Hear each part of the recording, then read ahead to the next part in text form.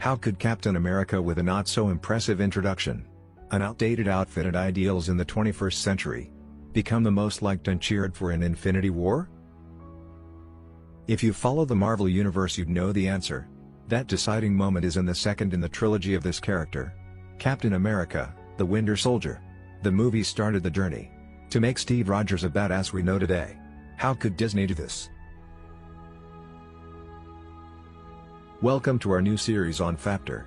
We will revisit famous movies just to realize it's even better than our initial impression. Since it's a rewatch, we won't focus on the obvious like special effects and fighting scenes. Instead, we will look into things most of us missed in our first watch.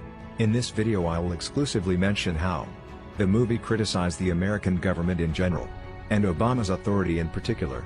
Firstly, we will talk about following phases, and agree that most of phases 2 and 3 are fairly bad. It's quite a normal thing.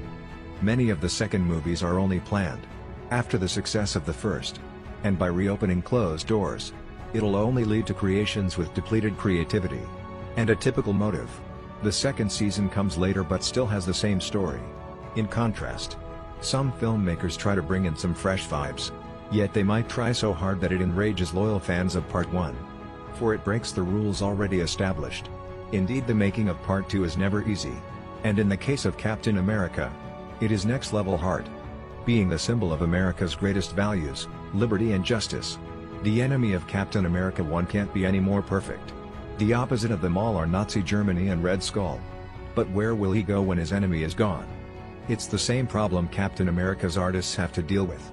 After the end of World War II, all preceding efforts are to find a place for Steve Rogers in the second half of 20th century, like the short-lived war against communism. In a world where the line between good and bad starts to fade, it seems the hero who once punched Adolf Hitler in the face is no longer needed. So what should he do in 2014? When all issues are colored gray while his ideals end, his black and white outlook on life stays the same? How to once again heighten the American values in viewers' eyes, when the anti-America trend is reaching the climax, creating a young generation seeing the American flag as the symbol of oppression and America, an ambitious, aggressive and racist country? Like a miracle, the Russo brothers and screenwriters Marcus and McFeely have successfully solved the problem.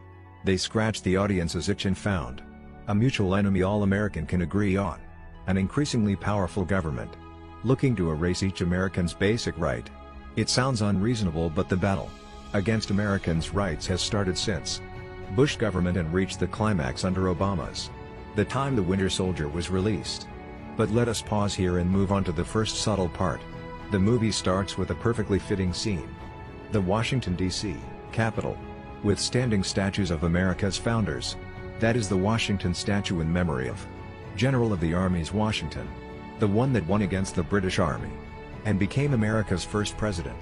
That is Thomas Jefferson, the author of Declaration of Independence, a document acknowledging all residents' God-given rights, life, liberty and the pursuit of happiness. And there is Abraham Lincoln, who relied on Jefferson's words to wage a great war, where over 600,000 Americans sacrificed their life to end slavery.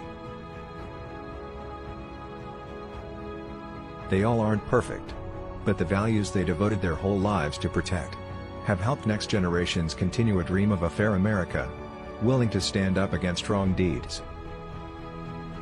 Steve Rogers, bearing America in his nickname, is the clearest symbol of those values. They pushed this weakling to the front line despite all oppositions, for he realizes there can exist creatives like Howard Stark and his flying cars in a world where Hitler is the ruler.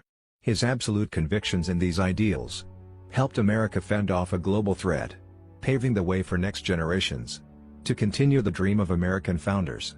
And America in the first scenes of The Winter Soldiers can't be any more beautiful. It is the place of Martin Luther King Jr.'s dream, where the white and colored can finally be friends, never longer judged by their skin colors, with the Black Widow's eye-catching entrance in an expressive car to end the scene. It proves to be a rich and gender-equal country also. The world where the American dream comes true is so strange to Steve. It forces him to return to his most familiar setting: the wars, the nostalgias about terrific times, the soldier best knowing his solitary. Yet he was wrong to think that this ideal reality would last forever. In fact, The very core values that created America are being attacked. And this scene depicts that excellently. Slowly covering the American statues is the SHIELD headquarters. Later we'll know that this is the organization that has multiplied everyone's fears since the New York War 2 years prior, to start a program stepping on the Constitution of America. In particular, with guns that can eliminate threats way before they appear. SHIELD gave itself murdering rights, bypassing the case conduction process at court, so guaranteed and written in the Constitution. That humanity is finally ready to sacrifice its freedom to gain its security. The Russo brothers didn't even hide the resemblance between the New York War and 9/11 attack, when two airliners crashed into the New York World Trade Center. Amidst grief and anxiety, Americans have allowed the government to increase its defense against terrorists. But as a result, the National Security Agency's surveillance program keeps expanding to the point where it allows the president to access emails, texts and calls of any resident and even bomb potentially dangerous Americans living overseas. And he did. What if Pakistan marched into Mumbai and you knew that they were going to drag your daughters into a soccer stadium for execution, and you could just stop it with a flick of the switch? Not if it was your switch. This scene is a direct refutation to anyone wondering. A clean hand wants no washing, right? Well, you can do nothing wrong. But what if one day, the key holder is someone not caring whether you are wrong or not, or about any unplanned losses? Nick Fury's story of his grandfather also raised the question that, how would residents defend themselves against this overgrowing government? Even a basic right, handgun possession, only needs. Every week some punk would say, "What's in the bag?" What would he do? He'd show him. Bunch of crumpled ones and a loaded .22 Magnum. An extra vote from the Supreme Court to be revoked. Despite a never-ending argument, all founders agreed that the government is created to serve its residents, and its rights must be limited as much as possible, to not trample on individual rights, and to achieve the dream of a self-governing democracy. Residents can't wait for a new figure in the White House. They can only decide their own fate, know their own rights and be brave to report forces trying hard to revoke them. Captain America, the Winter Soldier came out at just the perfect time, when the world was talking about Edward Snowden, who was brave enough to go against the law and reveal details of classified United States government surveillance programs. It's not hard to spot the similarity between him and the Avengers leader. Such an amazing idea would be meaningless if paired with a non-essential approach. The question is, how to turn such a complicated matter into the theme of a hero movie made for all audiences?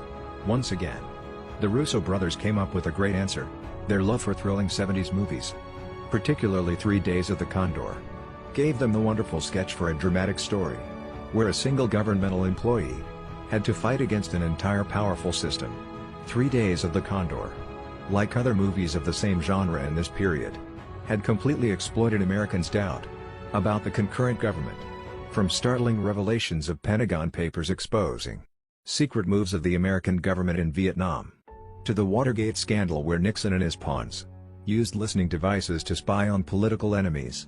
The absolute fear where anyone can be the bad guy is what captures viewers in the story, making the movie stressful without any particular villain.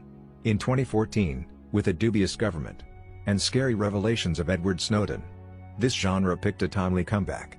The Russo brothers didn't forget to show respect for the 1975 movie as they invited its main actor Robert Redford.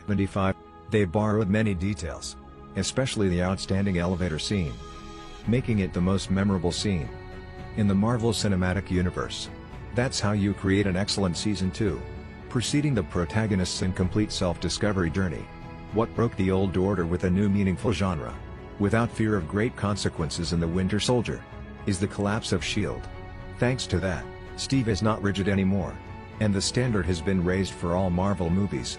And even when MCU has made memorable movies like Civil War, Thor, Ragnarok, Black Panther, Infinity War, and Endgame, Captain America, the Winter Soldier still ranks first to me. What do you think about this new series? If you like it, press like, because I want to do the same thing with many other movies like Black Panther, Forrest Gump, Cobra Kai. Movies with really important messages about nowadays society. Or do you want the opposite series, Worse Than You Think, where I revisit my old favorite movies, but spot their several misleading messages? Please comment to let me know. For now, goodbye and see you again.